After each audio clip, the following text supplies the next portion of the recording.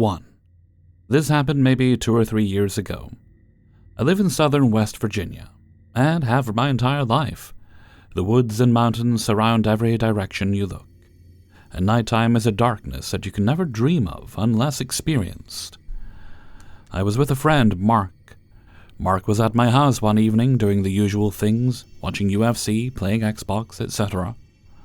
It was extremely late when we finally got bored and decided to go for a walk on a nearby trail to smoke a joint. This is not a particularly long trail, but it is very dense in the woods that surround it, and it is easy to get freaked out when thinking of your surroundings. We finally get about halfway into the trail, about 30 minutes in, where we stop, pack our joint, and stand on the trail to chill and talk.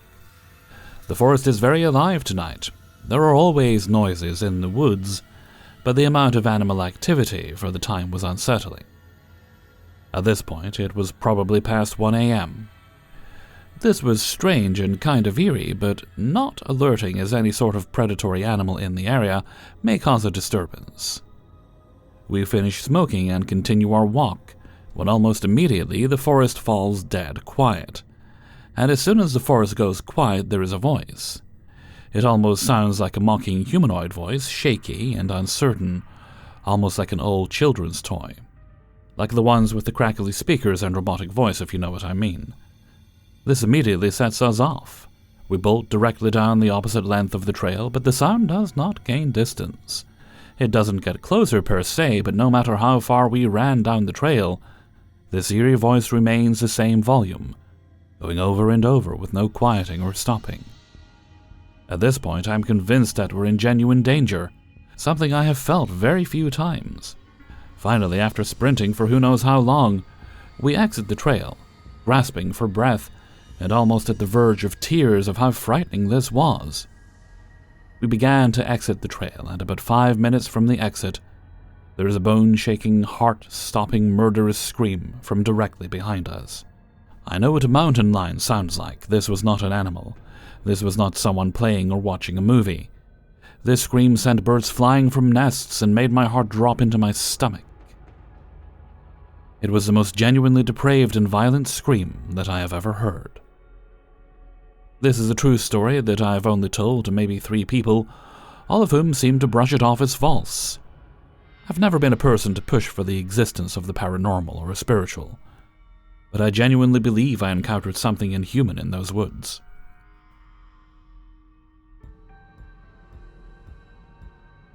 2. Am I alone in this? Good lord. So, 1, I've had some bizarre stuff happen over time throughout my life. Like more than I can count on 2 hands. A lot of which have other witnesses, but it's happened at several homes throughout my life. In the past week, however, I've witnessed more unexplainable things than all of the others tallied up together. These ones are also more up close and continuous. We're talking a gust of wind defying the logic of physics, with enough force to make even the art on my walls sway, combined with a shadowy type of whatever you want to call it, and also what sounds like loud knocks coming from above our room. My partner was there too, and I coincidentally had been recording a video already, so I caught the whole thing and we were both floored. The things following have just been weird noises that shouldn't physically be possible. One night it was like 3 hours almost non-stop. I went through the entire house the next morning looking for any possible cause, and there's nothing. I actually caught some audio of that one on purpose because it just wouldn't stop, and I felt like a crazy person, and I wanted to look back on it and confirm that it was real, and also try to track down a possible explanation. There was also just one more weird, faint, shadowy, smoky thing visibly blowing past, and then the TV turning on by itself on one occasion. My partner and I were both thinking the other person did it, and on another occasion our other TV shut off by itself, going to a black screen for a few minutes, and there was nothing I could do to troubleshoot it, but then it just completely rebooted out of nowhere, and went straight to an app that I've never even heard of. It should have just gone straight to the home screen. The one that happened tonight was our movie we were watching, running itself back multiple times with no possibility of me or my partner doing it, since we were not near the remote. I was even clear across the room the first time. He got annoyed and asked if I could just pause it instead of running it back, and I was like, I thought that was part of the plot. And that was just an hour ago. I know that sounds insane, like, I felt so weird even bringing this stuff up. I'm very skeptical and picky about these things, so I will literally go down the entire list to debunk, and these all have me stumped. 2. Don't know why the F, but there's been such a bizarre amount of things that I've predicted or sensed or whatever you want to call it ahead of time, with no possible way to know something is going to happen. Sometimes I'll just be hoping something very unlikely happens, like all of us do, and it happens literally immediately after, despite the odds to begin with. My friends and I joke about that one because it's so weird and has been happening for so long, so often. I also felt like something was very wrong before my first serious boyfriend drove into a semi, and there is absolutely no logical reason why I had that feeling when I did. Like I'm dead serious, left him a voicemail an hour before I found out saying, "If something happened to you, I'll be so peeved at you." I remember that so vividly, like I felt terrified and also delusional for feeling that way. My friends were all telling me I was being paranoid. And then we found out the morning immediately following me leaving that voicemail that he died. I don't know, just things like that. The more I write about this, the more I feel like I sound. And I'm real embarrassed, but I'm just dumbfounded, and I was curious if anybody else had any similar experiences, or has any ideas how this could be explained. What the heck? Since bringing up the previous events, which was 3 days ago, a few other strange things have happened. At this point, I've just started logging each event, along with the time and date to keep track. Anyway, aside from the strange thumping and tapping noises in places that noises shouldn't be coming from, which at this point I don't really think much of it, because I've already done what I can to figure out, and it's been happening every night. I'm starting to have things move around. Evidently, we're just going down that alley now. One of which happened when I just walked into my house through the garage, and had left the door ajar so I could crouch down and give my puppy some pets as I walked in. While sitting there, probably about 2 feet away from the door, it pulled shut. Me being me, I got up and walked back out to see if there was a draft or anything else that could have done it, but there was nothing. The second thing happened yesterday afternoon, in which a plate and some papers went flying off a surface out of nowhere, directly in front of me as well as my partner. Those were some weird ones. At this point, I'm just letting it happen, and being somewhat fascinated by it rather than fearful or stressed out. Because there's no point if it's out of my control, and honestly, I think I'm starting to get a little bit desensitized to it. It is super interesting to witness as well, to be fair. Also, here's another unrelated one from back in the day, if it's helpful at all. This one was bizarre as F. A few years ago, I had been doing some rearranging in my house. At one point, I needed to leave to go run some errands, so beforehand, I really set down a mirror very carefully so that there was no possible way it could tip over or break, because it was one of those cherished items. A few hours later, a friend and I walked into my house to find the mirror shattered. There were shards of glass all over the place, from my bathroom doorway to my living room. To give a picture, the mirror had been in my bathroom, and the living room was around the corner on the other side of the wall. There were also shards of glass on the top of my medicine cabinet, which was about 6 feet up. The laws of physics do not explain how the glass could possibly have landed in either, so that was very bizarre. My friend and I just looked at each other with the "nope" expression, and walked right back out of the house. 3. Just want to say before I get started, my sister and I have seen, met, and encountered some creepy people. We watch each other's backs, and both of us can pick up on and spot the behaviors of someone with bad intentions. Whether there's an odd conversation or just a passing glance from someone, we can tell for the most part. We've had our fair share of scary people encounters, but this was different. I fully believe it wasn't human. And when I say whatever it was scared me more than any other thing I've encountered, I mean it. My sister and I both live in central West Michigan, in the Lower Peninsula. 2 weeks ago, we wanted to go out for the day. and to get where we wanted was a fairly long drive. So we started out at dawn, just as the sun was starting to rise. We agreed to stop at the gas station in town to get something to eat and drink. We also needed a new car charging port, because the one we had went out. The gas station is quite large and pretty nice as far as the gas stations go in that area. Up until this incident, we had both been in there many times and were very familiar with the layout. It has both the front and back entrance, as well as a little tucked-away cutout in the wall, with seating, located by the back door. So you can buy a sandwich or whatever, sit down and eat it. This little seating area is rectangular and is enclosed by 3 walls, one large table at the back with 3 chairs and 2 much smaller tables on the other 2 sides, each with 2 chairs. For you to get to and from the back door, you have to walk right past it. We came in through the back entrance, walking directly past seating cut to our right, so we could get to the larger part of the gas station and get our things. Both of us made note that aside from the 2 workers behind the counter, there wasn't anyone else in the station. After we found what we needed, we checked out. During that, we made some small talk with the workers.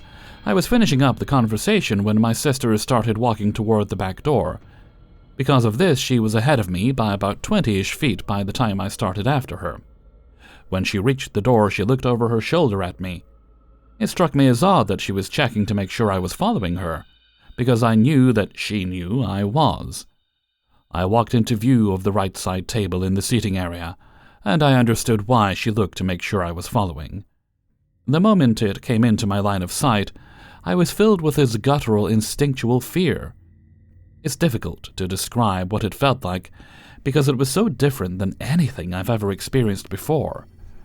Whatever it was shaped like a human sitting in a chair, back to the wall, with his arms resting on the table in front of it.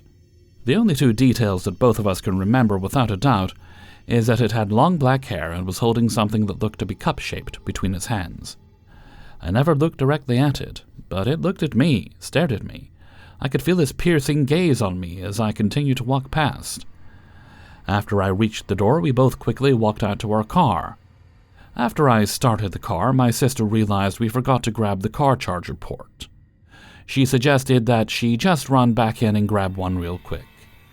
We shot down that idea pretty quickly.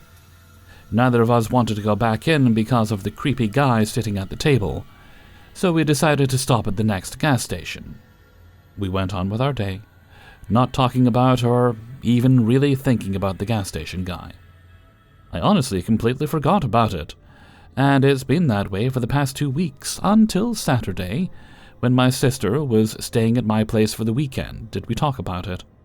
Neither of us can remember this thing having a face. No eyes, nose, mouth, nothing. Just that it had black hair, was holding something cup-shaped, and was, without a doubt, watching us. Its silhouette and face were blurred like an unfocused camera lens. Neither of us can remember any other details like what color clothes it was wearing, or if it even had legs. Both of us felt the same horrible feeling from it, and neither of us looked it in the face. We didn't choose not to look at it, we just didn't, if that makes any sense. Both of us instinctively knew not to look at it. As we were walking around getting our things, both of us would have come into view of that table multiple times, and never once did we notice anyone sitting there. If it was sitting at that table the whole time, we would have noticed. And at no point when we were there did anyone enter or leave the station. We're both extremely observant people, and we would have noticed. And then the even more messed up part is that the way it was sitting, and the table size didn't make any sense. The table is very small and is always pushed against the wall. It was sitting in between the wall and a large long table in place of where the other table should have been.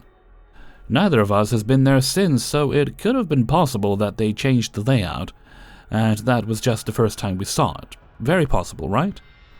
So on Sunday morning, we go check to see if they had changed the layout, and it's exactly how we remember it. One big table, and 2 much smaller tables, so it was in fact impossible for it to have been sitting like that. I honestly believe it was something else. What it was, I have no clue, but it scared the bejesus out of me nonetheless. I apologize if this is confusing. The layout of the gas station is hard to explain in words alone. 4. This happened many years ago. I'd say about 12 years ago, maybe more. It was about to be Halloween, and my two friends and I went to school as per usual. However, later that night there was going to be a fair at school because of Halloween. I believe it was a Friday, and Halloween ended on the weekend, so the school made the fair on Friday night. We three said we were going, but they didn't want to head back home, so I invited them over to my house. We can watch some movies, eat, goof off, and then head back. So my chauffeur at the time went to pick me up. I told him what the plans were, and we all informed our parents, and they all agreed. We reached my house, and we were left alone. We went to a small market near my house, bought some food, and headed back. Now, for a bit of context about the house. It is a relatively new house. We lived in it for years at this point, and we knew that there were things in that house. But since it never bothered us, we never recorded it, and in general we ignored it. It's a 3 or 4 story house, depends on how you see it. Top floor is where the 3 bedrooms are, second floor is where the living room, kitchen, and office are. There is also a front entrance. The ground floor has stairs heading up to the second floor. The garage is here. There's a service room. If we had a maid, they would have a room there as well as the service room is inside the house. So there's another entrance from the garage into the house, and the last floor is accessible from the garage to the backyard via some stairs downwards. At this time there was nothing underneath the garage until many years later did we find out it was hallowed and there were burn marks in the unlabeled room, since it was nowhere in the layout. This was later retrofitted into a much bigger office space with stairs leading into it. So we headed into the house and into the main bedroom. We got on the bed, watching TV, enjoying our food. Suddenly a loud thumping sound started to occur on the roof. My two friends were understandably taken aback, and they were bickering about what it could be. I've gotten used to the noise, and I have no idea to this day what it is, as there is a tree above, but no matter what dropped, it was impossible for anything natural to make those loud thuds. We also hired many professionals of all kinds throughout the years to check the roof. Every single one said there's no leaks, no damage, no nothing. They started bickering about what it was, and I just told them to ignore it. As they bickered about how they could ignore it, that thudding eventually became banging. Louder and faster, the more they started talking about the bangs. I told them to actually just shut up, ignore it, and continue watching the movie. The banging continued, and as it slowly died down, they got even more scared and flanked me on both sides, as they were already petrified. Many minutes passed until eventually it just stopped outright. I told them ignoring it is the best course of action. Around an hour later, since there was still light outside, we started to play video games. The house has a lot of windows, lots of natural lights fill the house, and is very cold. I love it. At some point, we were all playing Halo, and since I was the furthest from the TV, I noticed in the corner of my eye a shadow beginning to form slowly on the floor. No light hit it directly. It was all bouncing light from all over, mostly from the floor coming in from the ceiling. As I noticed the shadow become darker and a silhouette becoming more obvious, I decide not to tell the guys so they don't get too freaked out anymore. I tried, but I wanted to see the reaction, and I told them. They both went pale. They were freaking out, screaming and whatever, and I was just laughing the whole time. They were in denial about what they were seeing, saying it's a shadow from somewhere. I asked from where. We went all through that floor to try and find a source of where that shape could have formed. As we approached the door, the shape disappeared. Once we were done exploring, they were hugging each other, and I grabbed one friend and put them against the door. The other guy saw that his shadow was similar to the one that appeared on the door. By this I mean that the darkness of the shadow and the clarity of the silhouette were similar. The mysterious shape was evidently a little girl, and my friends and I were teens who worked out, and we are pretty big guys as is. Hours passed, and they were freaked out. We threw knives at the tree in the backyard, continued playing, watched a movie until it was dark. My chauffeur texts me that he's arriving, and since the house is pretty big, it's also very dark. So, there I go in front of my friends, turning the lights off, and heading back to turn them off. I have never seen them this scared ever again. We eventually reach the entrance at the garage door. Another bit of context. The door into the house from the garage is just a wooden door.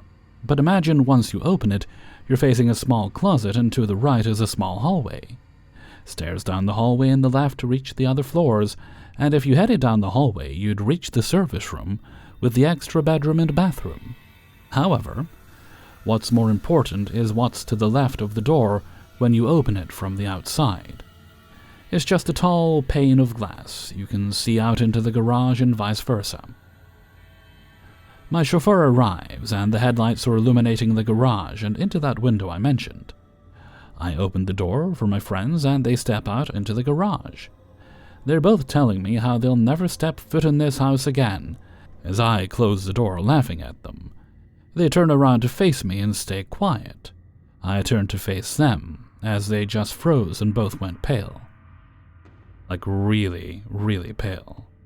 They began screaming and headed to the car, saying, "He's already dead! Leave him! Go, go, go!" I was extremely confused, and once I locked the door, I went to hide the key. So as I turned the corner, and I'm standing at the other side of the glass on my right, inside of the house, I see what they meant, and what they saw, which was indeed a tall man with a top hat. I felt chills and hid the key. As I went to face the car, I felt my back fill with goosebumps, and I just ran into it, and my chauffeur was laughing at us. "What are you guys talking about? Afraid of the dark?" he said. He saw nothing. When I reached the car and looked ahead, I saw exactly that, nothing. We went to the fair, and we just never talked about what happened. And one of them kept his word and has not been to my house since. The other guy doesn't want to be left alone when he is gone afterwards. That was my personal and only encounter with him. But many visitors have described him, even though we never tell anyone about him. Last year I met up with the same two friends, and I started talking about this day. One of them said his perspective was slightly different, and it was, except for that last part. He described the man exactly how I remembered him. Our other friend outright blocked it from his memory. Only until after we started talking about it, we remembered and went pale again. 5. Okay, so I'm a 21-year-old man, and this all started back when I was 19. My first experience with this thing was in a messed-up dream. I remember it starting in an empty shopping center's parking lot with constant sirens ringing. It was nearly nighttime with a blood moon and these giant, creepy skin things. They looked like people with no head walking on all fours way off in the distance. I remember walking into the store, and as I did, I was instantly in a black bedroom, staring at a wall with a missing persons poster. The poster was of a girl I'm certain I've never seen before, and under the poster, written in blood, was "missing." I've had nightmares before, but what made this extra scary was that in the corner of my eye there was this black figure staring at me, and when I looked at it, I'd be back outside in the parking lot. This time I was closer to the entrance, and two of my friends were with me. One of them was crying on the floor with their guts out of their stomach, and the other was happily smiling at me, also with his guts out, except he was eating them, and they were falling back out of his stomach. He was doing this over and over with a smile on his face. Then I went back into the shopping center, and once again the black room. This time it was a missing poster of me with the same blood writing and the thing in the corner. I looked at it, and it was outside again in the same spot, except I could see the thing clearly now, and it was hugging my friends. My friends were smiling and had their guts hanging out of them, and they all welcomed me into a hug, which I accepted for some reason, and then woke up. Turns out I was in a double dream because apparently then I was laying in bed and looking where my door was, and I could see it staring at me hunched in the corner. I tried to move, and it took all of my energy to roll off the bed, and when I did, I woke up properly, and I was back on my bed, on the other side of it. Ever since then, I've been seeing it rarely in dreams and in real life, and recently when I was walking at night with this one of my friends, Not in a dream, I must add. He was the one who was eating his own guts from the dream. We both saw it from a distance, crossing the street and just disappear. My friend is the one that pointed it out to me. I have seen it waving at me before, just standing straight in the distance, looking at me from a roof over. Like bunk bed style, and tons of other things. Whenever I dream of it, I'm always perfectly calm and happy, and I feel like a family-like love towards it. And it acts like a caring mother. It's really creepy, man. If anyone has heard anything about something like this, is there any way I can get it to stop? I don't have any mental orders like schizophrenia or anything, so I know it's not that. What's going on? The creature is pitch black like a shadow, tall and incredibly lanky, stick level, and it has a huge oval head with human eyes, and a big white smile with no teeth. Its features are sideways like if you rotated a face 90 degrees. When it's crouched over, it's like 9 feet tall. Hey everybody, Hellfreezer here, and thank you very much for listening to Paranormal Stories, episode 421. And thank you very much to everyone who allowed me to use their stories in this video. Before you go, please do hit the like button and subscribe if you want to. I mean, I'd appreciate it. You don't have to, but it'd be nice if you did. The button's right there. It seems a shame not to give it a little click. Anyway, if you'd like to support the channel, you can do so by signing up for my Patreon page. All it will cost you is as little as $1 a month, but you can support more if you like. It's all appreciated. And if you'd like to get some merchandise, you can buy that by going to my merchandise store on Teespring. Okay, I don't think we have any other bits and bobs today, so let's move on to Hellfreezer's question of the day. And today's question is: if you had the opportunity to meet an actor, or a singer, or an author, or a juggler, just a celebrity that you really, really admire, would you take it? I think I would probably jump out of a window to get away from them, because I have no desire to meet the people whose work I admire, because I don't think I'd want to have any impression of them if they were a bad person. We hear so often these days about people we admire turning out to be quite shady. I'm not going to cite any recent examples, but, there's many out there. One of whom is an author. And I just wouldn't want the experience of meeting the real person to taint my enjoyment of their work. So, let me know what you think in a comment below. And before we go, let's take a look at the answer of the day from a previous video. And this one comes from Paranormal Stories 419, and it was essentially asking you to pimp out your favorite paranormal channels. Not including this one, of course. And today's answer comes from... Let's see... Moonlight. Also, apologies for not having this answer on screen. I accidentally deleted the comment while I was trying to pin it, because I'm not long out of bed, and the pin and remove buttons are right next to each other, so I apologize for that, but I did still want to include the answer for posterity. Before I found your channel, I listened to Mr. Ballin, but the stories changed to more serial killer stuff. Interesting. And that got monotonous. Then mostly Reddit aliens and Dr. Hallowed, same narrator. I seem to prefer the accounts of genuinely true stories. A lot of channels claim true stories, but obviously are not. So in moments where I've binge-listened up to date of my favorite narrator, Hellfreezer, oh, I know that guy, I listened to your older stuff. I did discover Basecamp Chris recently, and have been listening to his recounts of Bigfoot encounters. I was skeptical, but understanding just how much uninhabited forest we have, and other countries have versions of Bigfoot too, I'm starting to wonder. Thank you very much for your answer, Moonlight.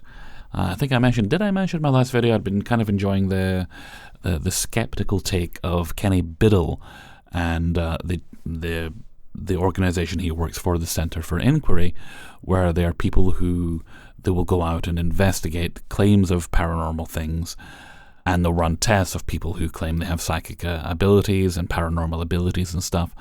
And while it is of a more skeptical bent, it is still interesting because I think a lot of the claims up there don't hold up to scrutiny.